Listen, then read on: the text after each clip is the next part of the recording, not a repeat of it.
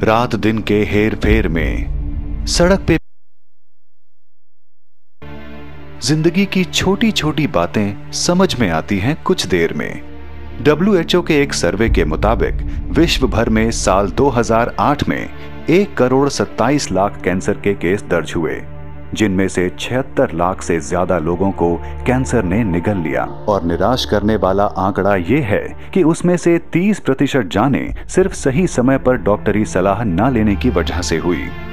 और एक अनुमान के अनुसार साल 2030 में ये आंकड़ा लगभग दुगना हो जाएगा।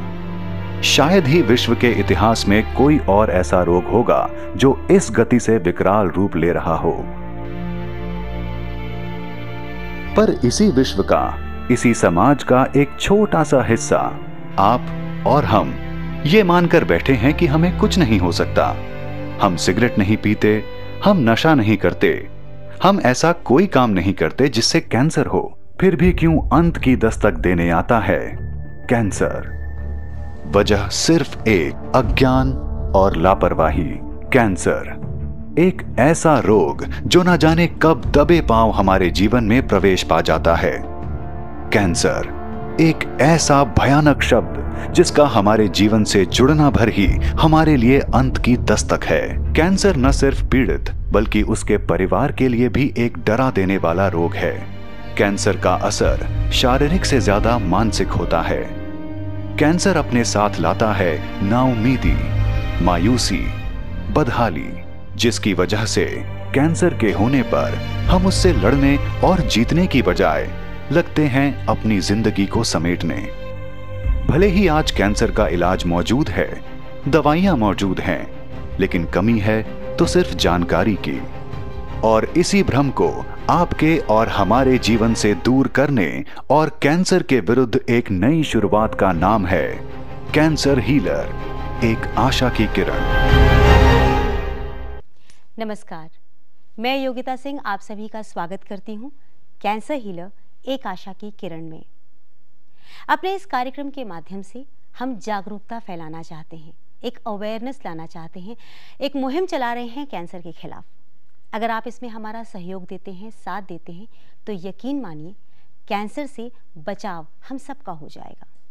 अगर कोई कैंसरग्रस्त है भी तो हम उसको एक बेहतरीन जिंदगी दे सकते हैं, एक ऐसी जिंदगी जो उसने कभी ख्वाब में भी नहीं सोची होगी। बहरहाल आज जिस विषय पर हम बात कर रहे हैं वो है सर्वाइकल कैंसर। ये एक ऐसी बीमारी है जो आमतौर पर महिलाओं को होती है और महिलाएं इस बात को इग्नोर कर देती हैं, कुछ इग्नोरेंस की वजह से भी। यानी कुछ चीज़ें वो जानबूझकर अपनी तरफ देखती नहीं है कि उन्हें परेशानियां क्यों हो रही है, इस वजह से उनके अंदर बढ़ती जा रही है। हम एजुकेट हो रहे हैं मगर फिर भी अपने आप को ही नज़रअंदाज कर रहे हैं। शायद इसी वजह से सर्वाइकल कैंसर आजकल फैलता जा रहा है।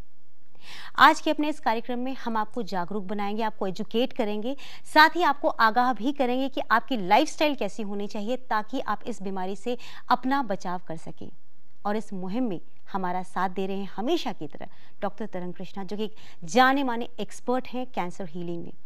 इन्होंने आज तक जितनों के भी इलाज किए हैं, पॉजिटिव रिजल्ट्स आए हैं और हम दावे के साथ कह सकते हैं कि आप हमसे जुड़ेंगे तो आपके विचार सबसे पहले बदलेंगे, आपके अंदर जिंदगी जीने का एक जज्बा पैदा होगा बहुत ही पॉजिटिव नोट के साथ। और साथ ही इस बीमारी से कैसे बचे रहना है इस बारे में भी आपको बहुत सारी जानकारियाँ मिल जाएंगी।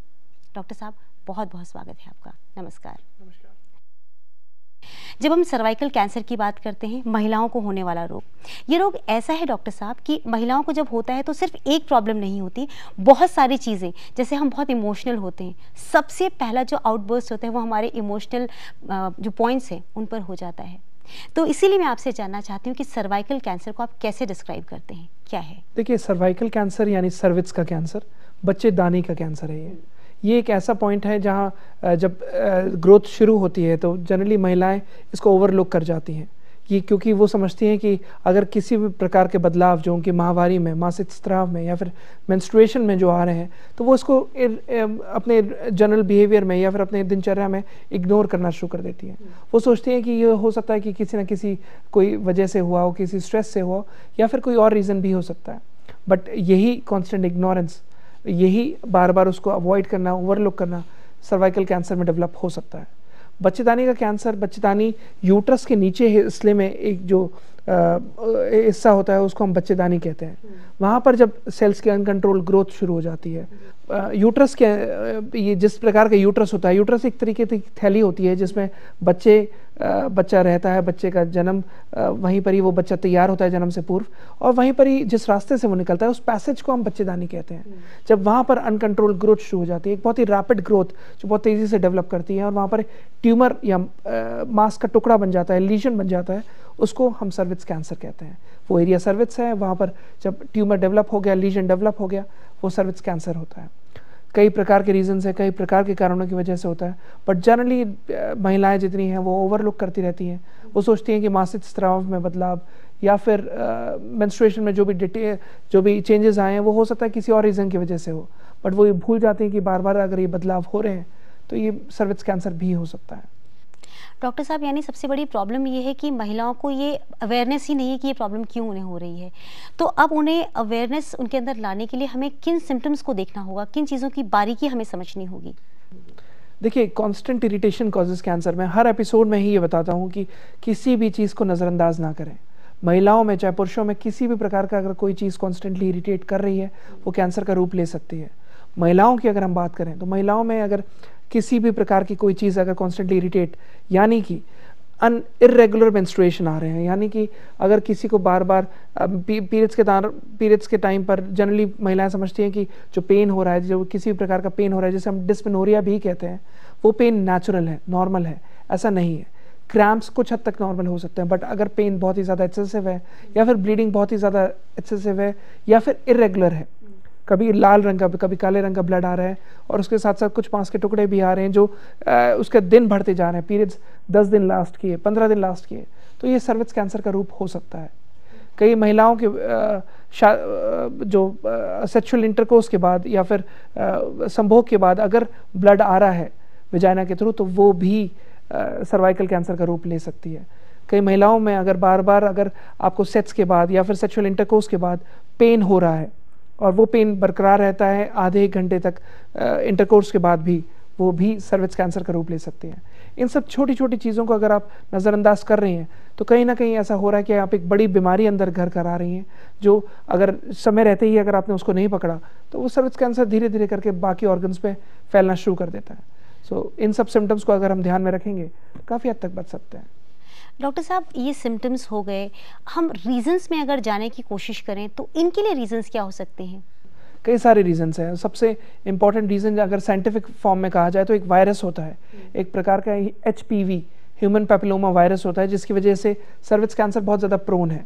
अनहाइजीनिक तरीके से सेक्स करना या फिर बार बार जब आप मल्टीपल पार्टनर्स के साथ करना विदाउट एनी प्रिकॉशंस, या फिर जो ओरल कॉन्ट्रासेप्टिव पिल्स होती हैं, जैसे कई प्रकार की पिल्स होती है जिसका मैं नाम नहीं लेना चाहूँगा, बिना मेडिकल एडवाइस के वो पिल्स को लेना और समझ लेना कि प्रेगनेंसी प्रिवेंट हो जाए, या फिर बार बार एबॉर्शन होना, इन तरीके की कई सारी लापरवाहियाँ सर्विक्स कैंसर को न्योता देती हैं। ज़रूरत है एक अवेयरनेस की, ज़रूरत है कि ये सारे रीजंस को जानने की, कि अगर किसी भी प्रकार की अगर कोई ऐसी परेशानी है तो उसको नज़रअंदाज ना करें। ये सारे रीजंस, इसके साथ साथ कई सारी लेडीज़ हैं जो स्मोक कर रही हैं। आजकल अगर देखा जाए तो छोटे से बड़े शहरों में हर जगह स्मोक का प्रचलन बहुत ज़्यादा चल रहा है। महिलाएं स्मोक करती हैं, ड्रिंक करती हैं, उससे भी सर्विक्स कैंसर होने का खतरा बहुत ज़्यादा बढ़ जाता है। ज़रूरी नहीं है कि एज 55 साल के ऊपर ही हो, 40 साल के ऊपर ही हो। आजकल सर्विक्स कैंसर लड़कियों में भी देखा गया है।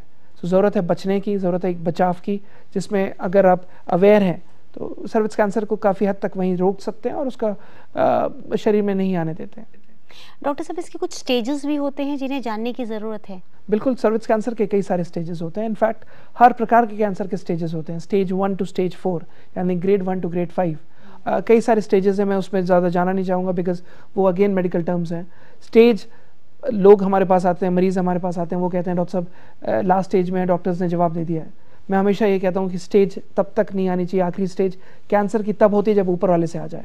जब तक ऊपर वाले ने अगर स्टेज नहीं लिखी है तो चाहे अंतिम स्टेज का डॉक्टरी लैंग्वेज में ही क्यों ना बोलो, आखिरी स्टेज में ही क्यों ना हो, पेशेंट रिकवर भी होता है, पेशेंट मौत के मुंह से बाहर भी आता है एंड अच्छी क्वालिटी ऑफ लाइफ के साथ भी जीता है। तो स्टेजेस मैन मेड है, स्टेजेस से डरे ना। अगर किसी महिला को सेकंड स्टेज, थर्ड स्टेज या फिर अगर 4th स्टेज का भी कैंसर डायग्नोज हुआ है, घबराए ना, इलाज संभव है। ज़रूरत है कि वो हवा ना समझें, उससे डरे नहीं, उसको डट कर सामना करें और उससे बाहर भी निकल सकते हैं। डॉक्टर साहब, अब ये बीमारी भी हेरिडिटरी होगी, लाइफस्टाइल इसमें आपने बता ही दिया, आपने हमें बहुत सारी चीज़ें ऐसी बताई हैं जिनको हमें ध्यान रखना होगा। अदरवाइज सर्वाइकल जो कैंसर है वो लड़कियों के अंदर बहुत आराम से फैल सकता है और अभी फैल भी रहा है। हमारी लाइफस्टाइल सबकी ऑलमोस्ट ऐसी हो चुकी है कि हम लोग इग्नोर करते हैं सिर्फ करियर करियर करियर और उसमें अपनी हेल्थ कहीं पीछे। अब अगर हमें बीमारी का पता लग गया है कि बीमारी हो चुकी है, वो स्टेज चाहे कोई भी हो, जैसे आपने खुद ने कहा कि स्टेज चाहे कोई भी हो, जब तक सांस है तब तक आस है, वो उस आस को हमें जगाए रखना है। तो हमें क्या कदम उठाना चाहिए जैसे ही पता लगता है कि सर्वाइकल कैंसर डिटेक्ट हो गया है? What next? अगर सर्वाइकल कैंसर डिटेक्ट हो गया है, कई सारे टेस्ट हैं उसको डिटेक्ट करने के लिए। पैप स्मीयर टेस्ट है, अल्ट्रासोनोग्राफी है, इनफैक्ट सीटी स्कैन भी है। अगर एडवांस स्टेजेस में पता कराना है कि कहीं और फैला तो नहीं है, तो आप पेट सीटी, पीईटी सीटी स्कैन भी करा सकते हैं, जिससे पता चल जाएगा कि बीमारी कहाँ तक फैली है। बायोप्सी वगैरह जनरली एडवाइजेबल नहीं होती। अगर आप पैप स्मीयर करा रहे हैं और पैप स्मीयर पॉजिटिव आ रहा है, आप ट्रीटमेंट राइट अवे शुरू कर सकते हैं। कोई भी ट्रीटमेंट आप करते हैं तो आप उसमें ज़रूरत है ये ना समझें कि अब सर्वाइकल कैंसर हो गया, घर में रोना शुरू हो जाता है, हर जगह सोचते हैं कि अब जीवन का अंत हो गया। ऐसा नहीं है। कैंसर से आप लड़ भी सकते हैं, कैंसर से बच भी सकते हैं। अवेयरनेस रखिए। कैंसर जैसे डायग्नोज हुआ उसके बाद ट्रीटमेंट कई सारे मौजूद हैं, उसमें आप अवेयरनेस ला सकते हैं। जो भी ट्रीटमेंट मौजूद भी हैं, अगर उसके साइड इफ़ेक्ट्स भी हैं तो उसमें घबराने की ज़रूरत नहीं है। कई ऐसे ऑल्टरनेटिव मेडिसिन भी हैं जिसमें दवाइयों से जो उसकी कीमोथेरेपी, रेडियोथेरेपी के जो भी साइड इफ़ेक्ट्स हैं उनसे रिकवरी भी पा सकते हैं, उनसे ठीक भी हो सकते हैं। डॉक्टर साहब, क्या सर्वाइकल कैंसर में क्या यूट्रस का भी रिमूवल होता है या नहीं होता? बिल्कुल।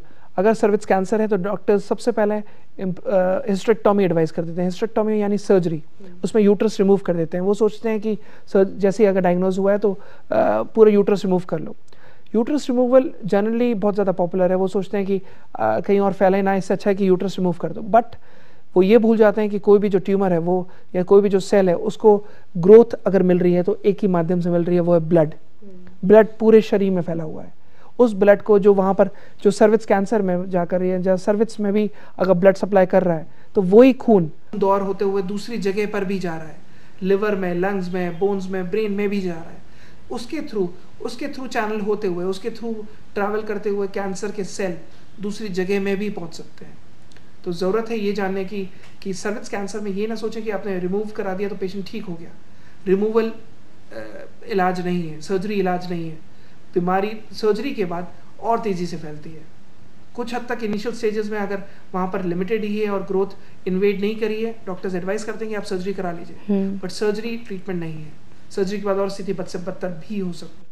डॉक्टर साहब, जैसे आपने ये बात बताई, मैंने ऐसा कुछ केसेस देखे हैं, सुने हैं, जिसमें यूट्रस रिमूवल के बाद बहुत सारी प्रॉब्लम्स भी पैदा हो गई, जैसे हार्मोनल डिसऑर्डर्स हो गए और उसके लिए पूरी ज़िंदगी आपको हार्मोन्स की दवा खानी पड़ रही है। ये सारी प्रॉब्लम्स हमने बहुत देखी हैं। तो क्या जब हम कैंसर हीलर की तरफ स्विच ओवर करते हैं, जाहिर सी बात है वहाँ पे यूट्रस रिमूवल की तो हम कोई बात ही नहीं करेंगे, तो उस केस में अगर कोई अपना यूट्रस निकलवा करके आपके पास आ चुका है और उसको बहुत सारी प्रॉब्लम्स शुरू हो चुकी हैं, जिसमें से हार्मोनल डिसबैलेंस भी है, उसका भी पूरा सोल्यूशन हमारे पास होता है? क्योंकि ये मेडिसिन इम्यून सिस्टम पर काम कर रही है। See, it is a natural process, it's a scientific process. तो दवाइयाँ जब इम्यून सिस्टम पे काम कर रही है, इम्यून सिस्टम को बढ़ा रही है, रोग प्रतिरोधक क्षमता को बढ़ा रही है। सो जब भी इम्यून सिस्टम एक्टिव होगा तो नेचुरल बात है उसके साथ साथ जितने हार्मोन्स हैं, जितने नॉर्मल सेल्स हैं, जितने टी सेल्स हैं, जितने बॉडी के नेचुरल डिफेंस मैकेनिज्म है वो एक्टिव हो रहा है। जितना भी डिफेंस मैकेनिज्म एक्टिव होगा, हर एक चीज़ एक बैलेंस में आ जाएगी, एक इक्विलिब्रियम में आ जाएगी। जैसे अगर देखा जाए तो जो सीसो होता है, सीसो में जब भी आपने इसको ऑपरेशन कराया, कहीं ऑपरेशन करा दिया तो उस तरफ बाहर ज़्यादा झुक जाता है, डिसबैलेंस हो गया। कैंसर हीलर हर एक चीज़ को इक्विलिब्रियम पे लाकर छोड़ देती है। ना उससे ज़्यादा परेशानी बढ़ती है, ना उससे ज़्यादा एक सब नॉर्मल का उसमें आता है। बीमारी एक स्टेबल स्टेशन में आ जाती है, जहाँ पर एक तो सबसे पहले बीमारी रुकती है, जो भी हार्मोनल इम्बैलेंस आ रहा है वो भी एक नॉर्मल लेवल पर आती है, और उसके बाद उसका रोकथाम करती है, उसको और घटाने में मदद करती है। अगर बीमारी बढ़ रही है तो उसको वहीं पर रिग्रेस करना शुरू करती है। हार्मोनल इम्बैलेंसेस, अगर बीमारी डायग्नोज नहीं है शरीर में और केवल हार्मोनल इम्बैलेंसेस भी हैं, वो भी दवाइयाँ इतनी सक्षम है कि हार्मोनल इम्बैलेंसेस भी नॉर्मल स्टेज पर लाते हैं। और डॉक्टर साहब, सबसे बड़ा सवाल जब किसी को ये पता लगता है कि परिवार में किसी एक सदस्य को कैंसर हो गया है, अब सर्विक्स का कैंसर है, तो जाहिर सी बात है महिलाएं कोशिश करती हैं कि वो ना बताएं कि उनको प्रॉब्लम है, क्योंकि उन्हें लगता है कि पैसे बहुत खर्च हो जाएंगे, बिकॉज सबसे ज़्यादा वो घर मैनेज करने पर वही विश्वास रखती हैं। कॉस्ट इफेक्टिवनेस की बात जब जहाँ तक आती है, तो हमारा जो सहयोग है वो क्या रहता है? क्या बहुत कॉस्ट इफेक्टिव है, बहुत कॉस्टली तो नहीं है? बिल्कुल, कैंसर हीलर एक ऐसा कॉस्ट इफेक्टिव ट्रीटमेंट है जो आजकल प्रिवलेंट जितने भी ट्रीटमेंट्स चल रहे हैं, जितने भी कीमोथेरेपी, रेडियोथेरेपी या जो भी ट्रीटमेंट चल रहा है, इनसे कहीं ज़्यादा कॉस्ट इफेक्टिव है। ये एक आम आदमी भी ले सकता है। ऐसा नहीं है कि उसका रिजल्ट्स कुछ नहीं दिख रहे। जो भी रिजल्ट्स हैं वो खुद मरीज़ को 10 से 15 दिन में जजमेंट होना शुरू हो जाता है, क्योंकि ये दवाइयाँ इतनी सक्षम है कि ये इवन अर्ली स्टेजेस में भी या फिर लास्ट स्टेजेस में भी काम करती है। पेशेंट जो बिल्कुल किसी तरीके के कोई ट्रीटमेंट को रिस्पॉन्ड नहीं कर पाते, क्योंकि ये रोग प्रतिरोधक क्षमता बढ़ा रही है, इम्यून सिस्टम बढ़ा रही है, तो पेशेंट में विजिबल चेंजेस कहीं ना कहीं 5 से 7 दिन में या फिर 10 दिन में दिखने शुरू हो जाते हैं, जिस पर मरीज़ खुद कह देता है कि जाओ दवा लेकर आओ, मुझे बहुत फ़ायदा है। Oh wow, this is really good. Doctor साहब, मैंने ऐसा देखा है और सुना है कई बार कि बहुत से लोग योग बहुत अच्छी बात है, योगा पर विश्वास करते हैं, या छोटी मोटी दवाइयाँ लेकर के, या कुछ ऐसे लोग बाबा लोग होते हैं जो ये दावे करते हैं कि हम ठीक कर सकते हैं कैंसर को, वो भी सर्विक्स का कैंसर है। तो कितना आप इसे सही मानते हैं? क्या लोगों को एक सही लाइन ऑफ ट्रीटमेंट को ही अडॉप्ट करना चाहिए, या हर चीज़ों को ट्राई मार लेना चाहिए एक आध बार? देखिए, मैं हमेशा ये कहता हूँ, खैर मैं योग को तो बिल्कुल गलत नहीं कहता, बिकॉज योग बहुत ही ज़्यादा सक्षम है बीमारी से लड़ने के लिए।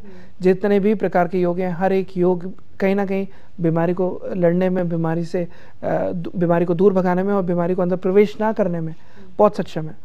जहाँ तक बाबा का उन सब का सवाल है, उसमें मैं कुछ ज़्यादा कह नहीं पाऊँगा, लेकिन ये ज़रूर मैं कहूँगा कि लोग बाग जो सोचते हैं कि यहाँ चले जाओ, यहाँ चले जाओ, यहाँ चले जाओ, एक जगह जगह, क्योंकि मरता क्या ना करता, 10 जगह जाकर ट्राई मारते हैं। ये जो बार बार ट्राई करना है, don't let your patient subject to experiments.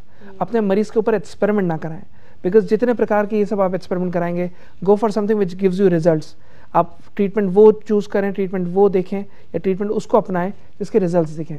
आप किसी भी लाइन ऑफ ट्रीटमेंट से पहले एक सर्टेन सेट ऑफ क्वेश्चंस, कुछ एक क्वेश्चन ज़रूर दिमाग में रखें, जिसको आप किसी भी कैंसर स्पेशलिस्ट के पास जाएं या फिर किसी एक ऑल्टरनेटिव मेडिसिन में भी किसी डॉक्टर के पास जाएं, तो वो सारे क्वेश्चंस फ्रेम ऑफ माइंड में लेकर जाएं कि ये सब as a responsibility to a patient, ये एक पेशेंट रिस्पॉन्सिबिलिटी रहती है कि वो अपने जो भी उसका इलाज कर रहा है, जो भी डॉक्टर उसका इलाज कर रहा है, उसको ये सवाल जाकर ज़रूर पूछें। There are certain set of questions जो मैं बताना चाहूँगा। सबसे पहला क्वेश्चन ये है कि क्या मैं ठीक हो सकता हूँ, या क्या मेरे आपकी ट्रीटमेंट से मुझ में कुछ रिजल्ट्स दिखेंगे। दूसरा लाइन ऑफ क्वेश्चन जो हमेशा पूछना चाहिए वो ये है कि आपका ट्रीटमेंट कितना लंबा चलेगा, बिकॉज उससे वो अपने इकोनॉमिक चेंजेस या फिर जो भी अपना फाइनेंस, जो भी अपना उसको वो सब तैयार करना है, वो तैयार हो सकता है। बिकॉज कुछ एक ट्रीटमेंट्स ऐसे होते हैं जिसमें वो कह देते हैं कि 8 साइकिल होगा, 6 साइकिल होगा, 6 साइकिल के बाद लगता है कि नहीं, अब कुछ ट्रीटमेंट में कुछ बचा नहीं, अभी बीमारी फैली रही है, अब और 6 साइकिल होगा या और 18 साइकिल ट्रीटमेंट चलेगा। ये सब गलत है। I mean as a physician, patient को एज अ डॉक्टर को पता होना चाहिए कि वो जो ट्रीटमेंट कर रहा है उसकी दवाइयाँ कितनी इफेक्टिव हैं। आई मीन हमारे पास जब पेशेंट्स आते हैं, मैं एक एग्जांपल देना चाहूँगा। पेशेंट आते हैं, वो कहते हैं कि डॉक्टर साहब, वो कहते हैं कि 10 दिन में फ़ायदा नहीं हुआ। मैं कहता हूँ कि अगर फ़ायदा नहीं हुआ तो आगे दवा ले जाना बेकार है, बिकॉज अगर एज अ डॉक्टर अगर मैं ही कह रहा हूँ कि नहीं आप और आगे मैं और अच्छी दवा दूंगा और नई दवा दूंगा, मतलब मैं अब तक क्या दे रहा था, मुझे खुद ही पता नहीं है कि मैं आगे क्या दे रहा हूँ। ऐसा नहीं है। Right from the first dose to last dose हमारे सेम ही ट्रीटमेंट चलता है। इसी से पेशेंट इंप्रूव होता है, इसी से patient finally quality of life के साथ जीता है, और धीरे धीरे करके अगर भगवान ने चाहा तो रिकवर भी होता है। नेक्स्ट सेट ऑफ क्वेश्चन जो जनरली पेशेंट को पूछना चाहिए, डॉक्टर साहब क्या कोई और लाइन ऑफ ट्रीटमेंट में इसके पैरेलल चला सकता हूँ या नहीं। अगेन एक और क्वेश्चन जो आपको पूछना चाहिए एज अ पेशेंट कि डॉक्टर साहब ये सारे लाइन ऑफ ट्रीटमेंट आपने बताया, ये सब है, इसका प्रोग्नोसिस क्या है, what is the prognosis, what would be the final outcome of your treatment. Generally ये लोग इतने डरे सहमे होते हैं, वो कैंसर को जानकर ये सब सोच रहे होते हैं कि डॉक्टर साहब किसी तरह मेरा इलाज करो, मेरे मरीज़ को बचाओ, बट वो ये नहीं सोचते कि इन सब इलाज के चक्कर में या इन सब एक लैक ऑफ अवेयरनेस या फिर बिना सोची समझी, जैसे कहते हैं कि डर कर, सहम कर, वो एक अपने मरीज के साथ वो एक्सपेरिमेंट करा लेते हैं जिसकी ट्रीटमेंट की वजह से और स्थिति बद से बदतर हो जाती है। राइट। तो don't let your patient subject to experiments. Treatment वो चूज करें जिसके रिजल्ट्स दिखें, जिसमें कम से कम उसका प्रीवियस सक्सेस रेट्स रहें, कुछ रिस्पॉन्स दिखे, और भगवान ने चाहा अगर करेक्ट ट्रीटमेंट चुनते हैं तो ऐसा होता नहीं है कि मरीज हार माने या मरीज हार जाए। बिल्कुल सही बात कर रहे हैं। और सबसे बड़ी प्रॉब्लम ये होती है डॉक्टर साहब, जो मरीज़ के साथ वाले होते हैं, उनके रिश्तेदार होते हैं, उनके बहुत क्लोज़ होते हैं, वो लोग असल में कुछ प्रैक्टिकल्स ज़्यादा करवा लेते हैं। वो जहाँ कहीं सुनी बातों पर भरोसा करते हैं, कह दिया जाए। हाँ, हर आदमी मुफ्त का डॉक्टर है, हर आदमी डॉक्टरी सलाह देता है। राइट। तो अरे ओहो कैंसर हो गया, यहाँ चले जाओ। हाँ। ओहो कैंसर हो गया, अरे मैंने उसका सुना, वहाँ चले जाओ। तो ये सब एक्सपेरिमेंट्स ना कहीं पेशेंट को और ज़्यादा टॉर्चर और ज़्यादा एक्सपेरिमेंट्स पे ले जाते हैं। कैंसर हीलर के ज़रिए हम एक अवेयरनेस लाना चाहते हैं, एक मास अवेयरनेस। हम जानते हैं कि कैंसर के बारे में बहुत कुछ लिखा जाता है, पढ़ा भी बहुत कुछ जाता है, लेकिन अवेयरनेस की आज भी कमी है।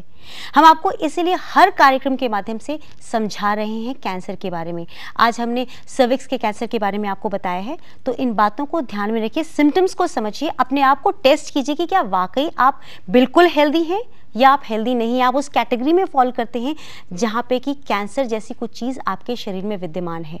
अगर है तो आप अपना टेस्ट करवाइए, सही लाइन ऑफ ट्रीटमेंट को चुनिए।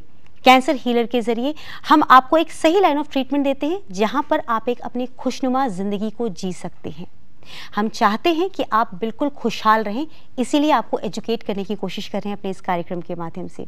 डॉक्टर साहब, आप एजुकेट कर रहे हैं और आप हमें सहयोग दे रहे हैं कदम कदम पर, और हम चाहते हैं कि ये साथ आपका हमेशा हमसे बना रहे। एक सवाल आपसे और पूछना चाहती हूँ डॉक्टर साहब कि हमें पता लग गया कि सर्वाइकल कैंसर है, डॉक्टर्स ने ये भी कह दिया कि सॉरी अब आपके पास बहुत टाइम नहीं है, बहुत लेट हम तक पहुँचे हैं, और उस समय तक शरीर के बाकी अंगों पर भी उसका असर पड़ चुका है, ऑलमोस्ट सब कुछ खराब हो चुका है। Again, is there any hope? बिल्कुल, there is hope. There is hope even after having cancer, even after having last stages of cancer. Cancer से आप लड़ सकते हैं। होप्स मत खोइए, बिकॉज होप पे ही दुनिया कायम है। हमें डेली रात में ये होप रहती है कि कल सुबह सूरज आएगा। तो कैंसर हो जाने पर ये क्यों सोच रहे हैं कि कल आप क्योर नहीं हो सकते, कल आप ठीक क्यों नहीं हो सकते?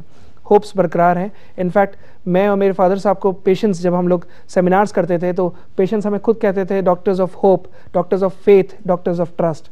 ये रीज़न बीइंग, जब मरीज़ हमारे पास आता था वो होपलेस होकर आता था, उसके अंदर कोई एक उम्मीद नहीं रहती थी, किसी भी प्रकार की कोई होप नहीं रहती थी, कंफ्यूज रहता था। वो सोचता था कहीं मैं किसी धोखे में तो नहीं फंस रहा, कहीं मैं किसी और ने मुझे लूट लिया, कहीं मैं यहाँ आकर लुट तो नहीं रहा। मैं बहुत ही क्रूड शब्दों में कह रहा हूँ, बट सच्चाई है। हर आदमी के दिमाग में वो साइकोलॉजी रहती थी, और इनफैक्ट वही होपलेस पेशेंट होप के साथ सस्टेन किया, उसकी होप्स बरकरार हुई, धीरे धीरे करके उसका ट्रस्ट डेवलप हुआ। जब उसने देखा कि उसका पेशेंट रिकवर हो रहा है, उसके पेशेंट को आराम मिल रहा है, और वो ट्रस्ट आगे चल के उसके फेथ में तब्दील हो गया। सो यही रीज़न था कि पेशेंट्स का एक doctors of hope, doctors of faith, doctors of trust का एक कहा गया था। जहाँ तक लास्ट स्टेजेस का सवाल है, लास्ट स्टेजेस के पेशेंट का सवाल है, होप्स मत खोइए, होप्स सस्टेन रखिए, बिकॉज फाइनली आपको होप्स पे ही आगे जीना है, होप्स में ही आगे रिकवरी दिखेगी। और भगवान ने चाहा, क्योंकि दवाइयाँ इम्यून सिस्टम बढ़ा रही हैं, रोग प्रतिरोधक क्षमता इतनी सक्षम कर रही है कि आपको खुद नॉर्मल सेल्स एक्टिव होंगे, जितनी भी परेशानी है सब में रिकवरी दिखेगी। ब्लीडिंग अगर हो रही है और किसी भी दवाइयों से कंट्रोल नहीं हो रही तो ब्लीडिंग भी बंद होती है। दवाइयाँ अंदर से मजबूत कर रही है। एक उदाहरण के तौर पर मैं बताना चाहूँगा, एक शेर था जो मैं कहता हूँ कि खुद ही को कर बुलंद इतना कि खुदा खुद बंदे से पूछे बता तेरी रज़ा क्या है। डॉक्टर साहब, आपने बिल्कुल सही कहा है। अगर सही लाइन ऑफ ट्रीटमेंट हो, आत्मविश्वास हो, आत्मबल हो, तो इंसान हर तरह की प्रॉब्लम से बाहर निकल सकता है। और वाकई आप जिस पॉजिटिव नोट के साथ हमें बताते हैं, मुझे खुद लगता है कि हम बहुत सारे लोगों को एजुकेट कर रहे हैं, और लोग अगर हमसे जुड़ते जाएंगे इसी तरह से तो हम कैंसर को वाकई दूर करके ही मानेंगे। डॉक्टर साहब, आज की तमाम जानकारियों के लिए आपका बहुत बहुत धन्यवाद। Thank you so much. नमस्ते। आज हमने एक छोटी सी कोशिश की है आपको एजुकेट करने के लिए सर्वाइकल कैंसर के बारे में। हमने जानकारियाँ आपको बहुत सारी दी हैं, कुछ आपको सिम्टम्स बताए हैं, आगाह किए हैं उन बातों से जिन्हें आप अब तक इग्नोर करते आए हैं। अब जाग जाइए, वक्त आ गया है कि आप अपने बारे में भी थोड़ा सा सोचें, अपने सपनों के बारे में भी थोड़ा सा सोचें। अगर आप वाकई अपने सपनों को पूरा करना चाहती हैं तो इस बीमारी से, इस कैंसर से बचे रहिए। बहरहाल आपसे फिर मुलाकात होगी, बहुत सारी जानकारियाँ आपको आगे भी देनी है, लेकिन आज हमें दीजिए इजाज़त। नमस्कार।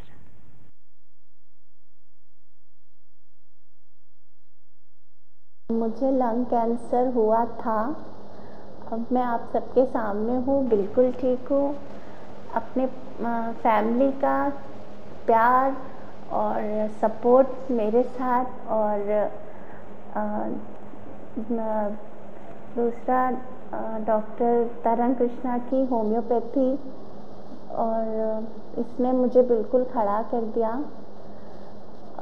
पहले जब मेरे को पता चला कि मुझे कैंसर है, तब सबसे पहला ध्यान आया कि इसका ट्रीटमेंट कीमोथेरेपी है, और हम बहुत डर गए थे कि जब ये स्टार्ट होगा तो मेरा हेयर लॉस होगा, और फिर कैसे लगेंगे, क्या होगा, सबसे पहले यही ध्यान आया।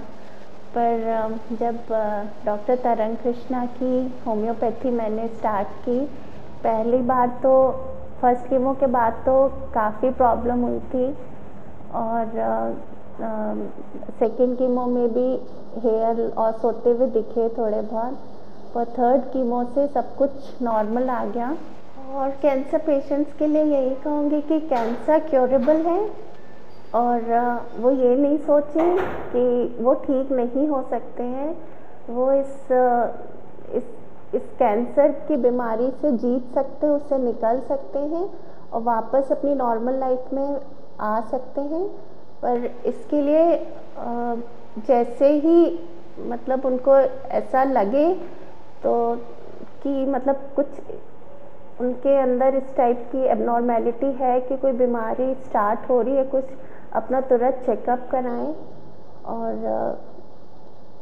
पता चलते ही अगर इसका ट्रीटमेंट स्टार्ट हो जाता है तो ये क्योरेबल है और जल्दी से इससे बाहर निकल सकते हैं। शायद इतनी उस दवाई में शक्ति थी कि निधि उस ट्रीटमेंट को आराम से झेल ली, और मेरे बच्चों को शायद दूसरे तीसरे दिन से स्कूल का टिफ़िन बनाने से स्टार्ट करके और घर के रूटीन्स को देखना स्टार्ट कर दिया।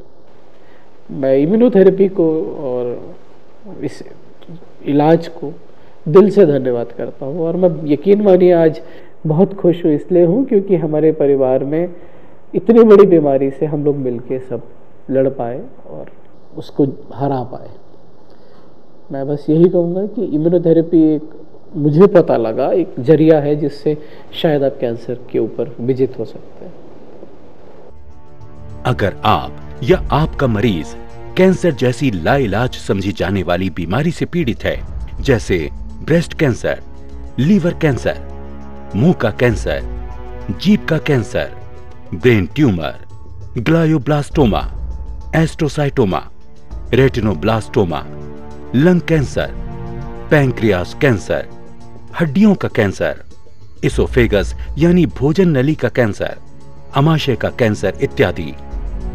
कैंसर पीड़ितों के लिए आशा की एक किरण, doctor Krishna cancer healer centre, विश्व का प्रथम एवं एकमात्र इम्यूनोथेरेपी कैंसर क्लिनिक, 41 वर्षों से कैंसर के क्षेत्र में कार्यरत।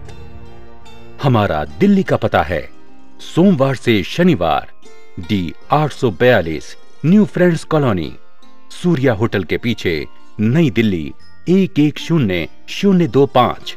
हमारे फोन नंबर हैं 01141634550, 01126932782।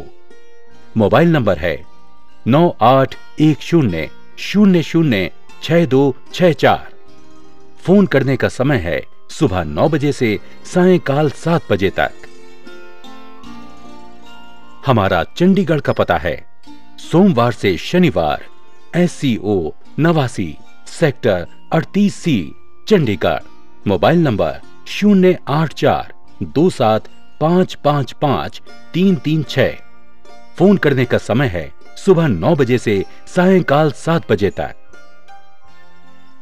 हमारा मुंबई का पता है सोमवार से शनिवार A7 Asha colony, hotel Sea Princess के सामने, जुहू तारा रोड, जुहू, मुंबई 400049।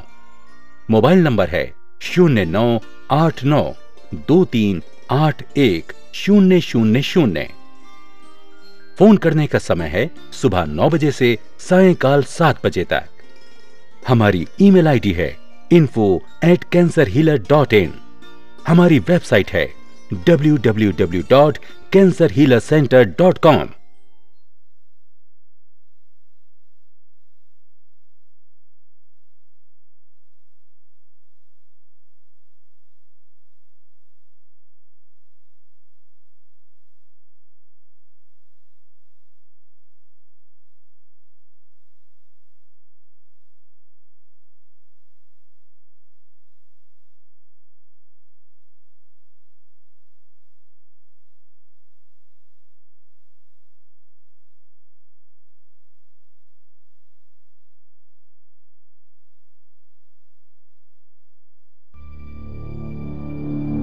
रात दिन के हेर फेर में, सड़क पे फिरती भीड़ के ढेर में, जिंदगी की छोटी छोटी बातें समझ में आती हैं कुछ देर में। WHO के एक सर्वे के मुताबिक विश्व भर में साल 2008 में 1,27,00,000 कैंसर के केस दर्ज हुए, जिनमें से 76 लाख से ज्यादा लोगों को कैंसर ने निगल लिया। और निराश करने वाला आंकड़ा ये है कि उसमें से 30% जाने सिर्फ सही समय पर डॉक्टरी सलाह न लेने की वजह से हुई। और एक अनुमान के अनुसार साल 2030 में ये आंकड़ा लगभग दुगना हो जाएगा। शायद ही विश्व के इतिहास में कोई और ऐसा रोग होगा जो इस गति से विकराल रूप ले रहा हो। पर इसी विश्व का, इसी समाज का एक छोटा सा हिस्सा आप और हम ये मानकर बैठे हैं कि हमें कुछ नहीं हो सकता। हम सिगरेट नहीं पीते, हम नशा नहीं करते, हम ऐसा कोई काम नहीं करते जिससे कैंसर हो। फिर भी क्यों अंत की दस्तक देने आता है कैंसर? वजह सिर्फ एक, अज्ञान और लापरवाही। कैंसर एक ऐसा रोग जो न जाने कब दबे पांव हमारे जीवन में प्रवेश पा जाता है। कैंसर एक ऐसा भयानक शब्द जिसका हमारे जीवन से जुड़ना भर ही हमारे लिए अंत की दस्तक है। कैंसर न सिर्फ पीड़ित बल्कि उसके परिवार के लिए भी एक डरा देने वाला रोग है। कैंसर का असर शारीरिक से ज्यादा मानसिक होता है। कैंसर अपने साथ लाता है नाउमीदी, मायूसी, बदहाली, जिसकी वजह से कैंसर के होने पर हम उससे लड़ने और जीतने की बजाय लगते हैं अपनी जिंदगी को समेटने।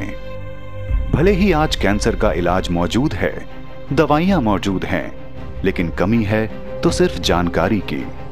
और इसी भ्रम को आपके और हमारे जीवन से दूर करने और कैंसर के विरुद्ध एक नई शुरुआत का नाम है कैंसर हीलर, एक आशा की किरण। नमस्कार, मैं योगिता सिंह स्वागत करती हूं आप सभी का आप ही के अपने खास शो कैंसर हीलर, एक आशा की किरण में। दोस्तों, ऐसा कहा जाता है कि रक्तदान महादान है। इससे बड़ा दान कुछ हो ही नहीं सकता, क्योंकि रक्तदान से किसी को जिंदगी मिल सकती है, किसी को एक नई जिंदगी मिल सकती है, उसके होठों पर मुस्कुराहट आ सकती है। लेकिन क्या आप जानते हैं कि रक्त से संबंधित एक रोग है ब्लड कैंसर। ये नाम सुनते ही इंसान को लगता है कि बस उसकी तो जीने की उम्मीद ही खत्म हो गई है। आज हम इसी विषय पर चर्चा करेंगे। आज हम बताएंगे कि ब्लड कैंसर आखिर क्यों होता है, क्योंकि अवेयरनेस बहुत ज़्यादा ज़रूरी है। सबसे बड़ी बात है कि हम लोग मर इसलिए जाते हैं, डर इसलिए जाते हैं क्योंकि हम उस चीज़ की बारीकी को नहीं समझ पाते कि ये बीमारी हमें आखिर क्यों हो रही है। हमारी ये कोशिश है कि हम एक मुहिम चलाएं, आपको जागरूक बनाएं, कैंसर के बारे में जानकारियां दें, ताकि आप डर डर के ना जिए, बल्कि आप हिम्मत और हौसले के साथ जिएं और बीमारी से कैसे बाहर निकल जाना है ये रास्ता भी आप स्वयं देख लें। हर बार की तरह आज भी हमारा मार्गदर्शन करेंगे जाने माने expert in cancer treatment doctor तरंग कृष्णा जी, जो सालों से लोगों की सेवा कर रहे हैं सिर्फ इसी भाव के साथ कि कैंसर को जड़ से दूर करना है। इस मुहिम में हम इनके साथ हैं और ये हमारे साथ हैं, और हम मिलकर आप सभी के अंदर जो भय है कैंसर को लेकर वो दूर करेंगे। डॉक्टर साहब, वेलकम टू आवर शो। नमस्कार। डॉक्टर साहब, ब्लड कैंसर टर्म अपने आप में ही बहुत बड़ा है, इसका मतलब क्या है? देखिए, ब्लड कैंसर एक तरीके का ल्यूकीमिया है। अगर हम मेडिकल टर्म्स में बोलें तो ल्यूकीमिया है, यानी कि ब्लड कैंसर जो पूरे ब्लड के जितने सेल्स हैं, ब्लड में कई प्रकार के सेल्स होते हैं, अलग अलग तरीके के सेल्स होते हैं। मैं मेडिकल टर्म्स में जाना नहीं चाहूँगा, but myeloid cells, lymphocytes, neutrophils, monocytes, basophils, ये सारे सेल्स मिलकर एक प्लाज्मा बनाते हैं, एक ब्लड बनाते हैं। उस वो ब्लड कैरियर है हमारे पूरे शरीर में फैलता हुआ, जिससे आपस में एक तरीके से सूत्रधार जिसे हम कहते हैं वो पूरे शरीर में फ्लो करता है। It is a connective tissue, ये कनेक्टिंग मीडियम है। जब इसमें कैंसर सेल डेवलप होते हैं, इसमें कैंसर सेल जो हमारे ब्लड में जिस भी प्रकार का जनरेटर है, जो बोन मैरो है, जब उसमें इम्बैलेंस होना शुरू हो जाता है, जब बोन मैरो फंक्शन नहीं करती, तब ब्लड कैंसर एक रूप ले लेता है। ब्लड कैंसर अकेला ही कई प्रकार का होता है। AML acute myeloid leukaemia, ALL acute lymphoblastic leukaemia, CML chronic myeloid leukaemia, chronic lymphoblastic leukaemia, multiple myeloma, ये भी एक प्रकार का ब्लड कैंसर ही है। कई प्रकार के कैंसर हैं, कई प्रकार के ब्लड कैंसर हैं। अलग अलग लोगों को, अलग अलग एज ग्रुप को अलग अलग प्रकार के ब्लड कैंसर होते हैं। ज़रूरत है, लोग जान नहीं पाते, उसको ओवरलुक करते जाते हैं, लेकिन जब वो रूटीन में ब्लड टेस्ट कराते हैं तब पता चलता है कि ब्लड कैंसर हो गया। एक डर, एक भय उनके अंदर आ जाता है।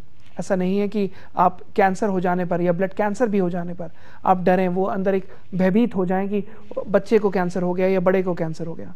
उसमें ब्लड कैंसर हो जाने पर भी इलाज संभव है, इम्प्रूवमेंट आ सकता है, पेशेंट क्वालिटी ऑफ लाइफ के साथ जी सकता है और ठीक भी हो सकता है। डॉक्टर साहब, आपने बहुत सारी टर्मिनोलॉजीज़ का इस्तेमाल किया है जो कि मैं नहीं जानती, मैं आपसे धीरे धीरे इनके बारे में भी पूछूंगी। लेकिन अब मेरे मन में ये सवाल उठा कि ब्लड कैंसर आखिर होता किस लिए है? कोई तो खास वजह होगी जिसकी कारण हमारे शरीर में ब्लड कैंसर डेवलप हो जाता है। बिल्कुल, देखिए बोन मैरो जहाँ पर ब्लड बनाने का जैसे कहते हैं फैक्ट्री या जनरेटर, जब भी इसमें इम्बैलेंस आना शुरू हो जाता है, जब भी सेल्स जब ग्रो करते हैं तो सेल्स अपने एक रूटीन फॉर्म में एक नेचर ने, एक ऊपर वाले ने एक बहुत ही अच्छी प्रोसीजर बनाया है जिसमें सेल जो हमारे शरीर में है, जो ब्लड में सेल्स हैं, वो एक नॉर्मल रूटीन में इस तरीके से इतने दिन में डेवलप करते हैं। बट जब वो डेवलप करने की बजाय वो इमेच्योर होने शुरू हो जाते हैं, मतलब पूरी तरीके से डेवलप करने की बजाय, जैसे पूरा कोई भी फल है वो फल पकने की बजाय कच्चा ही लोग उसे तोड़ देते हैं, तो वो ब्लड कैंसर का रूप ले सकती है। जैसे कोई भी एक सेल है जिसको बनना था 8 दिन में, बट वो 4 दिन में ही अपने मेन स्ट्रीम में आ गया, एक अपने जो नॉर्मल रूटीन था जहाँ पर बनना था, जिस फैक्ट्री में बनना था, वो छोड़कर मेन ब्लड में ही फैलना शुरू हो गया। इमेच्योर सेल्स, जैसे अगर देहाती भाषा में समझाऊँ, चावल पक रहे हैं, अगर उसमें 90% पके हुए चावल हैं, 10% कच्चे चावल हैं, और आप उस पतीली को उठाकर गैस से रख दें तो उसमें 10% कच्चे चावल भी हैं, तो वो कच्चा ब्लड, यही अगर हम ब्लड कैंसर की बात करें तो वो जो कच्चा ब्लड, जो कच्चे चावल है, वो कच्चा ब्लड है जो ब्लड स्ट्रीम में आ गया, और ये धीरे धीरे करके जिसको हम ब्लास्ट सेल्स, ब्लास्ट यानी कि कच्चा ब्लड या फिर इमेच्योर सेल्स भी बोलते हैं। और इस प्रकार की जब जो बोन मैरो होता है, जब वहाँ पर पूरी तरीके से सेल नहीं बन पाते और इमेच्योर तरीके से ही वो मेन ब्लड स्ट्रीम में आ जाते हैं, तो वो कैंसर का रूप ले सकते हैं। बच्चों से बड़ों तक कई सारे रीजंस हैं इसमें। जनरली अगर लेमैन्स टर्म में समझाऊं, कई बार ऐसा होता है कि लोग, बच्चे जो हैं ट्रेन में ट्रैवल कर रहे होते हैं, ऊपर वाली बर्थ पे होते हैं, नीचे गिर जाते हैं, लोग उस समय ओवरलुक कर जाते हैं कि अरे चोट लगी है, कोई बात नहीं, दवाई दे दी और ठीक हो गया। बट कुछ टाइम बाद, साल 2 साल 3 साल बाद, जो एक्सीडेंट हुआ, जो गिरा, जो चोट लगी, उससे बोन मैरो सप्रेस हो गई, ब्लड कैंसर का रूप ले लिया। कई ऐसे भी हैं जिसमें बच्चों में या बड़ों में या फिर टीनेज में स्कूटर से जा रहे हैं, एक्सीडेंट हुआ, एक्सीडेंट में उसकी नॉर्मल हड्डी टूटी, लेकिन हड्डी टूटने के बाद जब उसको चोट लगी तो उसको कहीं ना कहीं पीठ में एक गुम चोट लगी, वो आगे चल के ब्लड कैंसर का भी रूप ले सकते हैं, बोन मैरो कैंसर का भी रूप ले सकते हैं। तो इस तरीके किसी प्रकार की कोई इंजरी उसको ओवरलुक ना करें, वो ब्लड कैंसर का रूप ले सकती है। मतलब ये कोई नेचुरल प्रोसेस नहीं है, ऐसा नहीं है कि ब्लड जो है अपने आप वो इमेच्योर ब्लड सेल्स को बना करके स्ट्रीम में भेज दे। इट्स नॉट एन मतलब जनरल प्रोसेस। देखिए हर एक चीज़ के पीछे एक कारण होता है। जैसे अगर किसी के लो इम्यून सिस्टम है, बार बार स्मोक कर रहा है, ड्रिंक कर रहा है, उससे भी ब्लड कैंसर होता है। ये तो एक इम्पॉर्टेंट पॉइंट है ही है कि जो लोग सिगरेट, बीड़ी, तंबाकू, शराब लेते हैं, कहीं ना कहीं ब्लड कैंसर से पीड़ित हो सकते हैं। कई ऐसे छोटे बच्चे हैं 2 साल के, 4 साल के, इनफैक्ट हमारे लाइन ऑफ ट्रीटमेंट में 10 दिन का भी बच्चा आया था जिसको डिलीवरी के 10 दिन बाद जब उसको कन्फर्म कराया तो उसको ALL था, उसको ब्लड कैंसर था। 10 दिन के बच्चे भी अब वो कहेंगे कि डॉक्टर साहब ये तो सिगरेट, बीड़ी, तंबाकू, शराब तो बहुत दूर की बात है, इसको कैसे हो गया?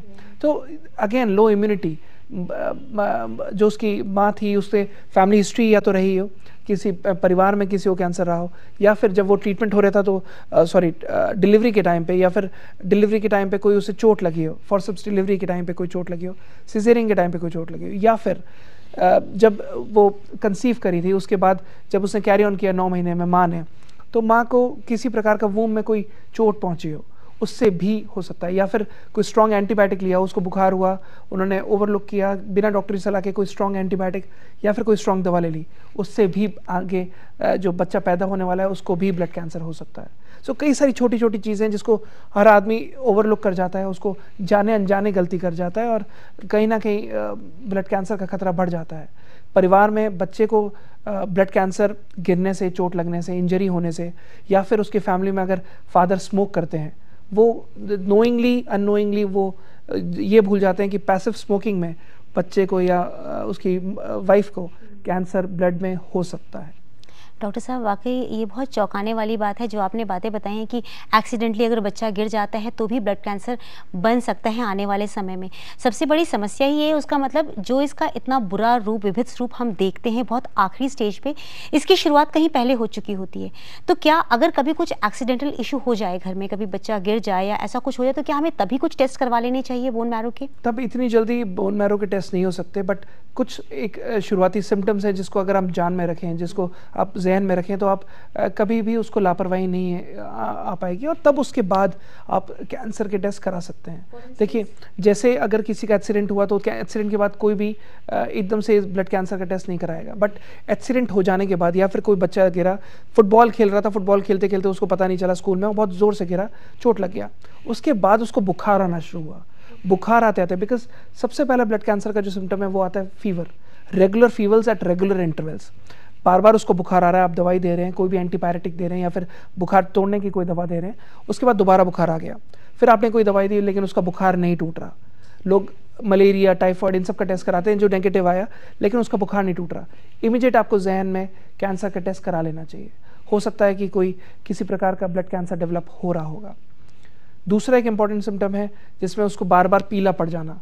एक्सीडेंट हुआ, उसके बाद ट्रीटमेंट वगैरह ड्यूरेशन हो गया, सब कंप्लीट हो गया, लेकिन वो बार बार पीला पड़ जा रहा है, एनीमिक हो जा रहा है। जब आप टेस्ट करा रहे हैं तो उसका हीमोग्लोबिन काफ़ी ज़्यादा गिर गया, आपने ब्लड चढ़वाया, फिर उसके बाद जब 1 महीने 1.5 महीने बाद दोबारा उसका हीमोग्लोबिन गिर गया, क्योंकि ब्लड कैंसर बोन मैरो में हुआ है। बोन मैरो में जहाँ ब्लड बनना है, जो जनरेटर जो सेल्स बनाती है वो ख़राब हो गई है, उसकी जो ब्लड सेल्स को बनाने की जो क्षमता है वो पूरी तरीके से ना बनाकर इमेच्योर, आधे अधूरे बनाकर भेज रही है। इमेच्योर सेल्स आ रहे हैं, जैसे मैंने बताया कच्चे चावल आ रहे हैं, पूरी तरीके से नहीं पक रहा, सेल पूरी तरीके से जो मैच्योर हो जाने चाहिए थे वो नहीं पक रहे। तो इस तरीके से बार बार एनीमिक हो जा रहा है, उसका ब्लड लॉस हो जा रहा है, या फिर बार बार प्लेटलेट्स गिर जा रहे हैं। प्लेटलेट्स हालांकि डेंगू में भी गिर जाते हैं, बट अगर आप टेस्ट करा रहे हैं और डेंगू टेस्ट नेगेटिव आ रहा है लेकिन प्लेटलेट्स गिर जा रहे हैं, चांसेस हैं कि ब्लड कैंसर हो सकता है। लोग कहते हैं कि थैलेसीमिया में भी यही सिम्टम आता है, मैं मानता हूँ बिल्कुल ये आता है, बट जब आप फर्दर डिफरेंशियल डायग्नोसिस कराते हैं, जब आप फर्दर डॉक्टरी सलाह के बाद दूसरे टेस्ट कराते हैं, इमीडिएट ब्लड कैंसर का भी एक थॉट लेकर टेस्ट करा लेना चाहिए। डॉक्टर साहब, जो ये बातें आप मुझे बता रहे हैं उससे मुझे लगता है कि कुछ लोगों के मैंने ऐसे ब्लड रिपोर्ट्स देखे हैं जिसमें वो कई बार, जितनी बार भी ब्लड टेस्ट हुए उनमें वो एनीमिक दिखाए जाते हैं, और उसमें मेंशन होता है कि ये जो प्रॉब्लम है वो कहीं ना कहीं आप इसे टेस्ट करवाइए, इसका मतलब ये है कि इनके अंदर ब्लड फॉर्मेशन नहीं हो पा रहा। तो क्या उसका मतलब हमें ये सोच लेना चाहिए कि ये टेस्ट कहीं ना कहीं इंगित कर रहा है कि ब्लड कैंसर की तरफ कुछ स्टेप्स हों? नहीं, देखिए, ब्लड से रिलेटेड कई सारी अलग बीमारियां भी हैं। मैंने बताया जैसे किसी को अगर लूज मोशंस बार बार हो रहे हैं, किसी को अगर बार बार वॉमिटिंग्स हो रही है, तो ज़रूरी नहीं है वो कैंसर ही हो, वो इसोफेजाइटिस भी हो सकता है, वो गैस्ट्राइटिस भी हो सकता है। बट हर एक आदमी के जहन में एक वो रहना चाहिए कि अवेयरनेस रहनी चाहिए कि कैंसर का भी टेस्ट करा लिया जाए। अगर किसी के में बार बार हीमोग्लोबिन कम हो रहा है या ब्लड गिर जा रहा है या फिर बच्चा बार बार बीमार पड़ रहा है, तो कहीं ना कहीं उसको ये सोच लेना चाहिए कि बुराई कुछ नहीं है टेस्ट करा लेने में। जितनी जल्दी पकड़ोगे आप बीमारी को, उतनी जल्दी उसका इलाज संभव है। लोग अनअवेयर रहते हैं, लोग सोचते हैं, इनफैक्ट डॉक्टर्स भी कैंसर पे सोचते हैं अरे कैंसर नहीं होगा, पहले नॉर्मल टेस्ट करा लिए, लेकिन वो ओवरलुक कर जाते हैं और टाइम बीतता जाता है। वो टाइम बीतने की बजाय ज़रूरत है एक कैंसर का भी टेस्ट करा लेने की, एक सोच लेने की कि हो सकता है, क्योंकि कैंसर इतनी तेज़ी से फैल रहा है, कैंसर आजकल इतनी ज़्यादा संभावना बढ़ गई है कि इवन आंकड़े बता रहे हैं कि हर 10 में से एक व्यक्ति को कहीं ना कहीं कैंसर हो जाने का खतरा बहुत बढ़ गया है। किसी न किसी के परिवार में कहीं ना कहीं कोई एक रिश्तेदार, कोई एक जान पहचान का ज़रूर कैंसर से पीड़ित है, चाहे वो दोस्त हो, चाहे रिश्तेदार हो, चाहे पड़ोसी हो, कोई भी। जब कैंसर इतनी तेज़ी से फैल रहा है तो उसको लापरवाही में ना बरतें। किसी भी प्रकार की लापरवाही हो सकती है कि उस स्टेज को आगे बढ़ाती जाए। तो ऐसा अगर कोई सिम्टम आया, जैसे हीमोग्लोबिन गिर गया, एनीमिया हो सकता है, बट आपने जब एनीमिया पैनल कराया तो उसका एनीमिया नहीं था, हो सकता है वो ब्लड कैंसर भी हो। तो ये सब ज़रूरत है कि डॉक्टरी सलाह लें और अवेयर रहें कि कैंसर भी एक आम बीमारी की तरह है। कैंसर बहुत तेज़ी से फैल रहा है, उसमें इलाज संभव है। आप जब टेस्ट कराएं तो उसमें हो सके तो कैंसर को भी लेकर सोच कर टेस्ट कराएं, डरे नहीं, सहमे नहीं, एक आम बीमारी की तरह टेस्ट कराएं, क्योंकि लड़ सकते हैं आप, तो इसकी जीत भी संभव है। ये डर, हवा, भय ये मन में ना पालें। आपने बिल्कुल सही कहा है। सबसे बड़ी प्रॉब्लम तब आती है डॉक्टर साहब, हम छोटे मोटे टेस्ट के लिए तो डॉक्टर्स को बोल देते हैं, डॉक्टर साहब किसी भी फिजिशियन के पास जाइए, आप बोल सकते हैं डॉक्टर साहब मुझे हीमोग्लोबिन की कमी लग रही है, कमजोरी लग रही है, आप मेरा टेस्ट करवा दीजिए, तो वो आपको ब्लड टेस्ट सजेस्ट कर देते हैं। लेकिन कैंसर के लिए क्या बोल करके टेस्ट करवाएं? देखिए, सबसे पहले कैंसर में अगर आप नॉर्मल प्लेन ब्लड कैंसर की भी अगर आप टेस्ट कराना चाहेंगे, हर कैंसर के अलग अलग टेस्ट हैं। तो अगर ब्लड कैंसर की जैसे हम एपिसोड में बात करें तो ब्लड कैंसर के टेस्ट कराना चाहें, एक plain CBC complete blood count भी अगर आप कराएंगे तो उससे भी कहीं ना कहीं डॉक्टर्स को अंदाज़ा हो सकता है कि ब्लड कैंसर कोई रूप तो नहीं ले रहा। अगर उसमें इमेच्योर सेल्स आ रहे हैं, बैंड सेल्स आ रहे हैं, या फिर किसी भी प्रकार के ब्लास्ट सेल्स आ रहे हैं, तो हो सकता है कि ब्लड कैंसर डेवलप हो रहा हो। उसके बाद हालांकि फिर ब्लड पिक्चर वगैरह कराई जाती है, जो आगे का प्रोसीजर है जिसमें आप करा सकते हैं। बट क्योंकि अगर आप प्लेन हीमोग्राम भी कराते हैं, प्लेन कंप्लीट ब्लड काउंट भी कराते हैं, उसमें भी आप ब्लड कैंसर का पता कर सकते हैं। और डॉक्टर्स जनरली क्या करते हैं, या फिर इनफैक्ट मरीज़ भी लापरवाही में, किसी को बुखार हुआ, 10-10 दिन बुखार हुआ, 15 दिन बुखार हुआ, तो वो दवाई लेते रहते हैं, अपनी नॉर्मल एलोपैथी की दवाई लेते रहते हैं, या फिर होम्योपैथिक आयुर्वेदिक जो भी है, और वो ये भूल जाते हैं कि अगर 10 दिन से बुखार है तो कहीं ना कहीं शरीर में इन्फेक्शन ज़रूर है। हो सकता है ये इन्फेक्शन अंदर कोई विकराल रूप ले रहा हो। एक प्लेन कंप्लीट ब्लड काउंट या एक हीमोग्राम, एक कंप्लीट सिंपल सा ब्लड टेस्ट, खून की जांच करा लेने से आप कहीं ना कहीं अवेयर हो सकते हैं और उसको समय रहते पकड़ सकते हैं। जी डॉक्टर साहब, अब हमने डिटेक्ट कर लिया कि ब्लड कैंसर है, what next, what should be the line of treatment? Blood cancer अगर किसी को डायग्नोज हुआ है तो ब्लड कैंसर में ज़रूरत है, जैसे टेस्ट में कंफर्म हो गया तो उसके बाद अगर मॉडर्न मेडिसिन में देखें तो उनके पास लाइन ऑफ ट्रीटमेंट है कि कीमोथेरेपी कराई जाए। कीमोथेरेपी में क्योंकि इतना हार्श मोड ऑफ ट्रीटमेंट है, पेशेंट टॉलरेट नहीं कर पाता। जब भी आपने दवाई दी गई, उन्होंने दवाई चढ़ाई, कीमोथेरेपी की इंजेक्शन दी, उनकी ड्रग्स दी, तो वो क्योंकि इतना हार्श मोड ऑफ ट्रीटमेंट है, मैं ये नहीं कह रहा हूँ बुरा है, बट उसके साइड इफेक्ट्स इतने ज़्यादा हैं कि पेशेंट उसको टॉलरेट करने की बजाय उसके जो TLC हैं, उसके जो TLC हैं नीचे गिरते जाते हैं, प्लेटलेट्स नीचे गिरते जाते हैं, बार बार ब्लड चढ़वाना पड़ता है। तो कब तक आपको बार बार ब्लड चढ़वाना पड़ेगा? फिर कीमोथेरेपी दी, फिर ब्लड चढ़वाना पड़ा, फिर ज़्यादा दूर तक नहीं जा सकती। जो पंचर है, जब तक आप पंचर रिपेयर नहीं करेंगे गाड़ी नहीं चल सकती। उसी तरीके से जब तक आप बोन मैरो फंक्शन में नहीं लाएंगे, जो ब्लड बना रही है, जो बोन मैरो एक्टिव जब तक नहीं होगा, हीमोग्लोबिन अपने आप बढ़ना चाहिए, प्लेटलेट्स अपने आप बढ़ना चाहिए। तो जब गाड़ी अपने आप पंचर है, आप हवा भरने से ज़्यादा दूर नहीं जा सकती, उसी प्रकार से जब तक आप बोन मैरो पूरी तरीके से ठीक नहीं कर सकते, ब्लड कैंसर पूरी तरीके से ठीक नहीं हो सकता। कैंसर हीलर यही करती है, बोन मैरो एक्टिव करती है, इम्यून सिस्टम को बढ़ाती है, बोन मैरो फंक्शन में आता है, हीमोग्लोबिन अपने आप बढ़ने लगता है, प्लेटलेट्स बढ़ने लगते हैं, जिसके TLC बहुत ज़्यादा कम हो गए हैं कीमोथेरेपी के बाद, 1000-2000 रह जाते हैं, और डॉक्टर्स कहते हैं कि पहले काउंट्स नॉर्मल आ जाए, फिर उसके बाद हम दोबारा कीमो चढ़ाएंगे। उस हालत में भी फ़ायदा पहुंचाती है। डॉक्टर साहब, आपने बिल्कुल सही कहा, अवेयरनेस की कमी है। मैंने भी हाल में ही, बहुत ज़्यादा वक्त नहीं गुजरा, मैंने अपनी आंखों से एक व्यक्ति को देखा जो कि बहुत ही देखने में गुड लुकिंग था, गोरा चिट्टा, लेकिन ब्लड कैंसर डिटेक्ट होने के बाद मुझे नहीं मालूम वो किस स्टेज का ब्लड कैंसर था, या जिस तरह से आपने उसको अलग अलग बताया बीमारियां कि वो इस तरह के ब्लड कैंसर हो सकते हैं, उनमें से कोई एक ब्लड कैंसर था जिसमें उसका रंग बिल्कुल ब्लैक हो गया था। जो गोरा इंसान था वो काले में तब्दील हो गया था और बहुत कम समय तक जीवित रहा। बहुत कोशिश की गई उसको बचाने की, मगर कुछ किया नहीं जा सका। उस वक्त मुझे लग रहा था कि क्या वाकई मेडिकल साइंस ने इतनी तरक्की करने के बावजूद भी उतनी तरक्की नहीं की कि हम किसी को बीमारी डिटेक्ट करने के बाद भी इलाज नहीं दे सकते कि उसका जीवन बचाया जा सके।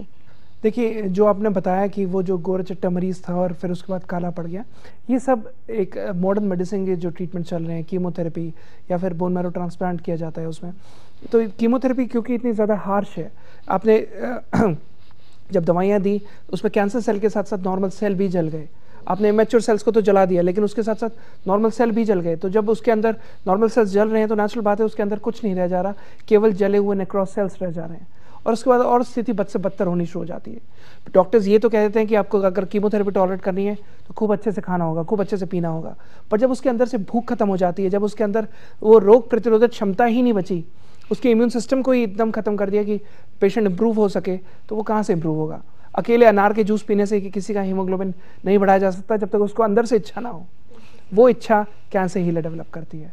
जिस प्रकार के आपने साइड इफेक्ट्स बताए, कैंसर हीलर में किसी भी प्रकार के कोई साइड इफेक्ट्स नहीं होते।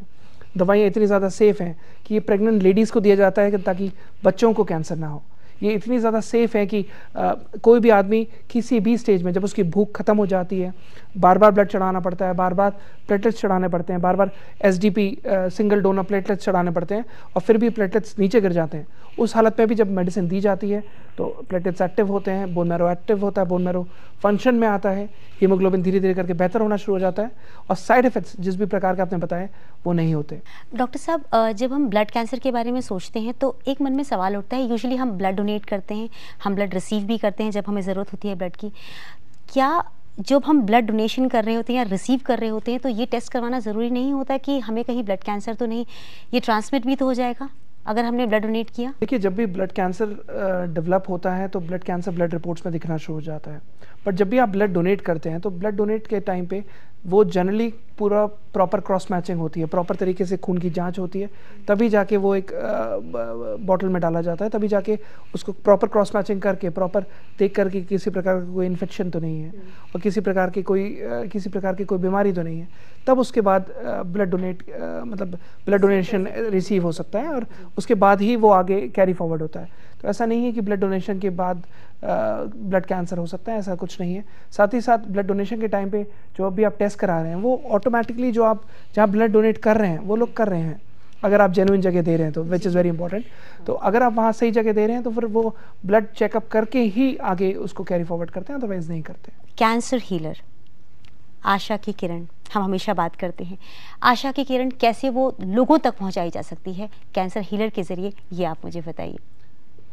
देखिए, कैंसर हीलर एक ऐसी मेडिसिन है जो हर प्रकार के कैंसर में कारगर है।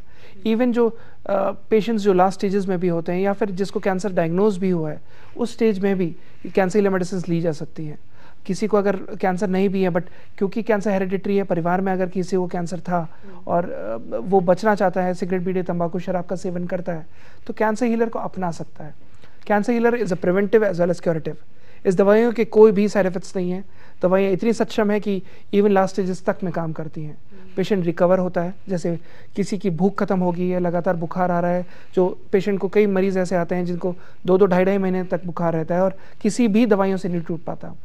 या फिर ब्लड कैंसर की अगर बात करें तो उसको बार बार ब्लड चढ़ाना पड़ता है, प्लेटलेट्स चढ़ाने पड़ते हैं, शरीर में जो सेल्स हैं वो कम होने शुरू हो जाते हैं, प्लेटलेट्स कम होने शुरू हो जाते हैं और बार बार ट्रांसफ्यूजन कराना पड़ता है। तो उस हालत में भी cancer healer bone marrow active करता है, बोन मैरो फंक्शन में लाता है, हीमोग्लोबिन अपने आप बढ़ना शुरू हो जाता है। जिसके ब्लड चढ़ाने की ज़रूरत पड़ती है उसको ब्लड चढ़ाने की ज़रूरत नहीं पड़ती। इनफैक्ट कई ऐसे पेशेंट्स आए हैं जिनको ट्रीटमेंट के दौरान वो कहते हैं, डॉक्टर साहब मैं हर 15 दिन में, हर 10 दिन में ब्लड चढ़ाना पड़ता है और किसी तरीके से इसको ठीक करें। मैंने कहा दवाइयों के बाद जो भी उनके रिजल्ट्स देखे गए तो पेशेंट इम्प्रूव किया। 15 दिन से कहीं ना कहीं खिंच के 20 दिन हुआ, 25 दिन हुआ, फिर 1 महीने बाद ब्लड चढ़ाने की ज़रूरत पड़ी, फिर भगवान ने चाहा तो 2-2 महीने, 4-4 महीने, 6-6 महीने फिर ब्लड चढ़ाने की ज़रूरत ही नहीं पड़ती, बिकॉज बोन मैरो फंक्शन में आ रहा है। धीरे धीरे करके बोन मैरो एक्टिव हुआ, बोन मैरो फंक्शन में आया, सेल्स अपने आप बढ़ने शुरू हुए, इमेच्योर सेल्स खत्म हुए, ब्लास्ट सेल्स खत्म हुए और पेशेंट इंप्रूवमेंट की तरफ जाने लगा। डॉक्टर्स ब्लड कैंसर में सीधे एडवाइस कर देते हैं कि आप बोन मैरो ट्रांसप्लांट करा लीजिए।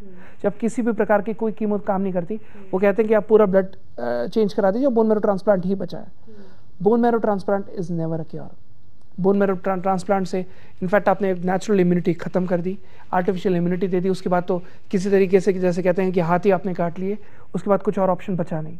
बट क्योंकि पेशेंट्स के पास कोई और ऑप्शन बचता नहीं है, वो यही सोचता है कि BMT, जैसे हम बोन मैरो ट्रांसप्लांट भी कहते हैं, BMT अगर करा ली वही एक आखिरी होप है, उसी से किसी तरीके से मरीज़ को बचाओ।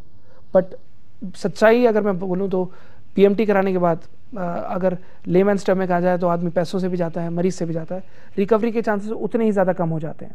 BMT के बाद कंडीशन और बद से बदतर होनी शुरू हो जाती है, बिकॉज इम्प्रूवमेंट दिखानी, वो रिलैप्स जिसे कहते हैं, रिलैप्स के चांसेस बहुत ज़्यादा बढ़ जाते हैं। बीमारी दोबारा लौट कर आती बहुत फ्रीक्वेंटली है, क्योंकि कहीं ना कहीं आपने जब नॉर्मल इम्यून सिस्टम जो डिफेंस मैकेनिज्म है, जब रोग प्रतिरोधक क्षमता को ही ठीक नहीं किया, जब इम्यून सिस्टम ही ठीक नहीं हुआ, तो कहीं ना कहीं बॉडी दोबारा ही सकम हो जाती है या प्रोन हो जाती है दोबारा कैंसर आने के लिए।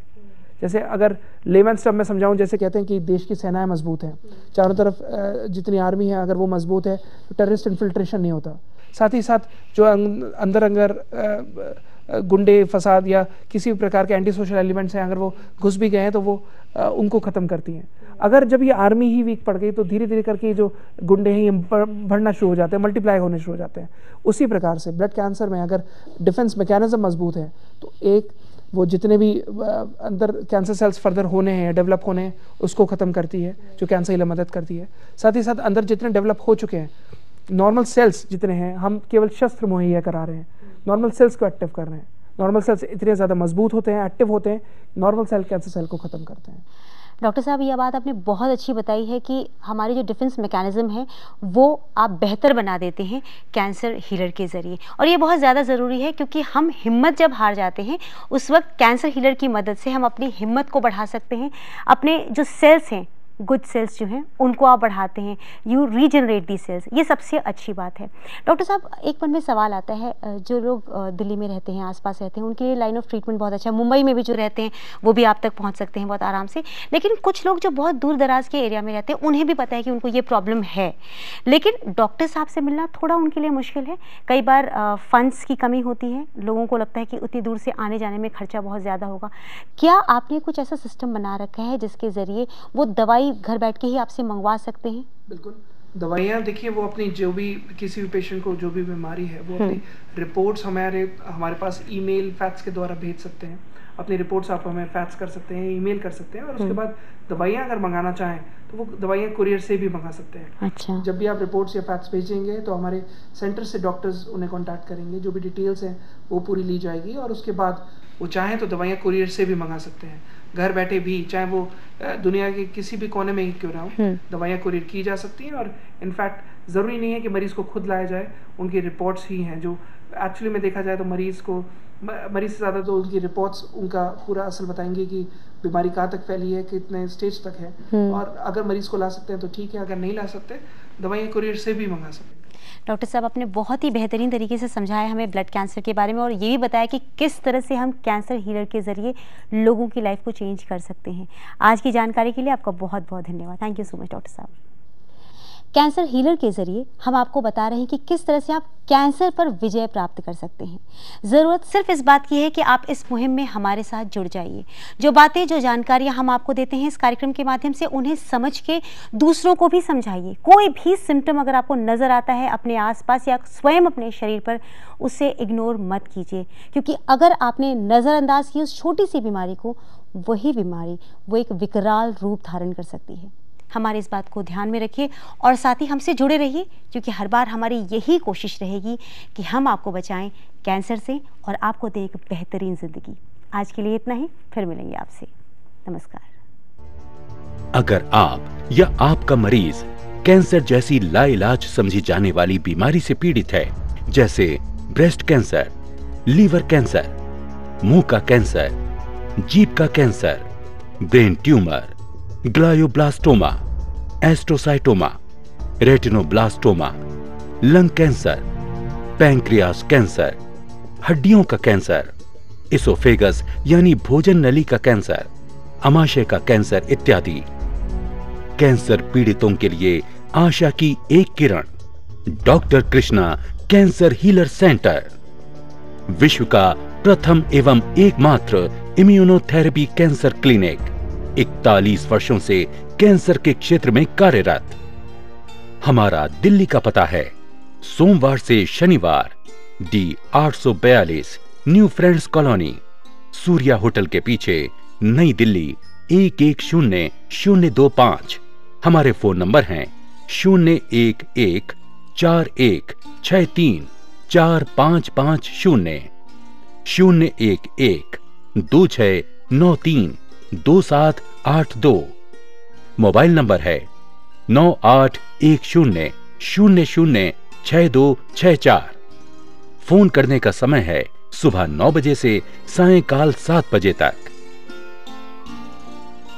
हमारा चंडीगढ़ का पता है सोमवार से शनिवार SCO 89 sector 38C Chandigarh.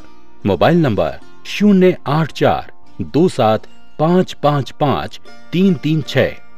Phone करने का समय है सुबह 9 बजे से सायंकाल 7 बजे तक। हमारा मुंबई का पता है सोमवार से शनिवार A7 Asha colony, hotel Sea Princess के सामने, Juhu Tara road, Juhu, Mumbai 400049। Mobile number है 0989238100। फोन करने का समय है सुबह 9 बजे से सायंकाल 7 बजे तक। हमारी ईमेल आईडी है info@cancerhealer.in।